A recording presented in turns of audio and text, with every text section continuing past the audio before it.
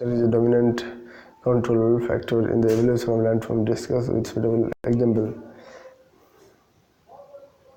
The diagram represents the formation of waterfalls when the rock beds are horizontal and cap rock is resistant to erosion. Example of Niagara Falls: dolomitic limestones, shales limestones, sandstones, and shales, sandstones, and shales.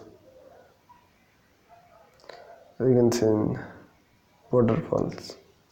First is dolomitic limestone. It is dolomitic limestone. Second is shale. Third is again limestone. Third limestone. Fourth sandstone. Five sandstone and shale.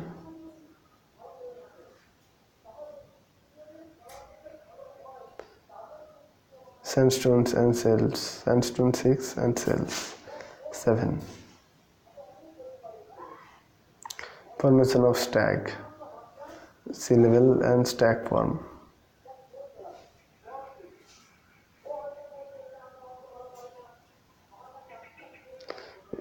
Yardang.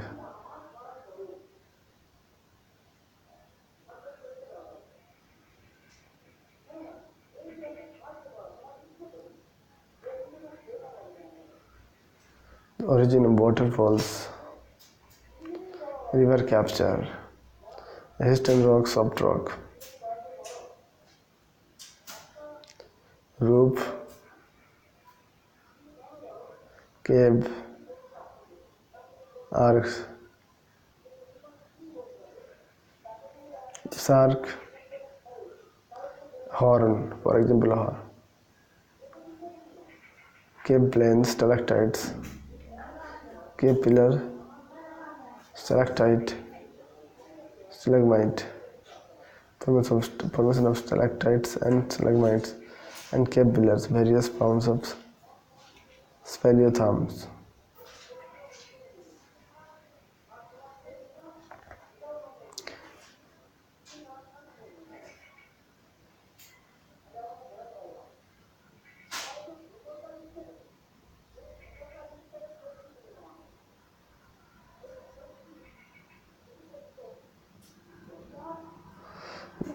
The given statement represents the geographical cycles of Davis. The gist of the cyclic concept is that commencing with the initial landscape, generally assumed to be one of low relief at the land's surface, passes through an orderly sequence of forms and eventually returns to a surface of low relief. Influenced by Davis' views that in order to understand the evolution of a particular landform landscape, it is extremely important to know the stages of development, but the process of sculpture and geological structure and nature of rocks also exert an important influence on the fashioning of the landscape. Keeping the above facts in mind, Davis states that landscape is a function of structure, process, and stages. These are three principal controlling factors in the evolution of any landscape, and it passes from initial stage via sequential to the ultimate stage. Structure. The word structure has been used in the larger sense and includes not only regional geography, geological structure, folds, and such other broad features, but also the nature of rocks and their characteristics, their physical and chemical properties, the permeability and solubility, the nature of joints, etc. Thus, on a very permeable rock, there will be minimum runoff, and so erosion by running water will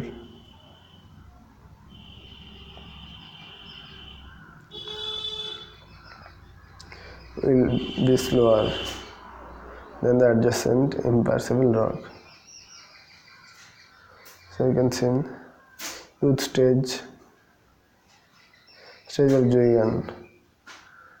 Slowly Juigan form. First stage, second stage, and third stage. Soft rocks slabs erode more rapidly than massive quartzite. It is a rule the influence of rocks on landscape is quite marked. However, sometimes the influence of structure is too pervasive and uniform over the relatively large areas that this is not apparent from the landscape.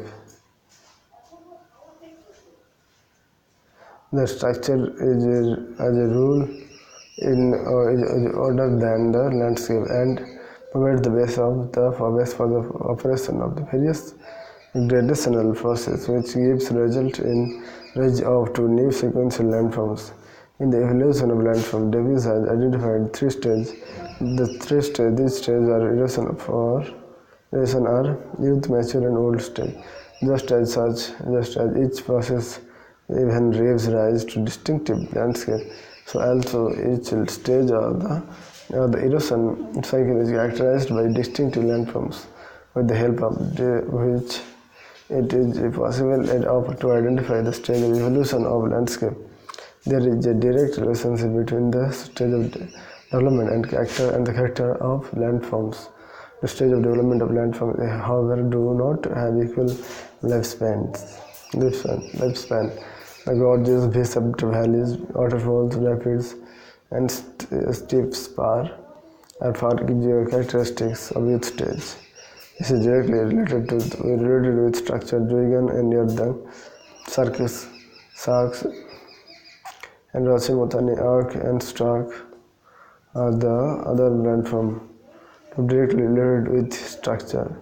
Gorges are formed due to active downcutting of the valleys through the mechanism of potholes drilling during juvenile stage of the fluvial cycle evolution. Gorges are also formed due to the recession of waterfalls. Most of the Himalayan rivers have carved out deep and narrow gorges.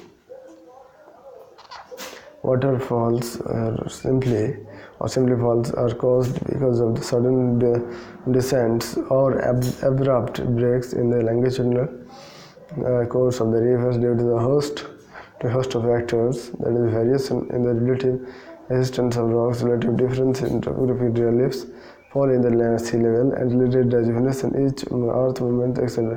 Normal waterfalls include these falls, which are formed due to the variation in the resistance of rocks. Duigan and Yerdang are wind-made landforms, rock masseur or tabular form, resembling a capped ink pot, standing on softer rock, pedestal or shell, mud, stone, etc. are called duigan. The base of such features are broader than their tops. These are formed in those deserts where temperature during night become so low that the moisture of the joints and the crevices of rocks freezes. Yerdangs are steep-sided, deeply undercut, overhanging rock ridges separated from one another by long grooves or corridors or passageways cut in desert floors of relatively softer rocks. In glaciated topography, the armchair-shaped arc is a horseshoe-shaped, steep-walled depression representing a glaciated valley-side roches, mountains, or streamlined asymmetrical hillocks, mounds or hill having one side smoothly molded with gentle slope. Nunatak Horn crag are other examples. Steep-side rocky coast rising almost vertically above sea level is called sea cliff, which is very precipitous, with overhanging crest. The steepness of two vertical cliffs depends on variations of lithology and geological structure. Cave, arc, and other examples. Karst topography fully related with structure in area of limestone and dolomite rocks and solution rocks. The solution action of underground water gives rise to highly distinctive landforms both on and below the surface, which are collectively known as karst landforms. So thank you.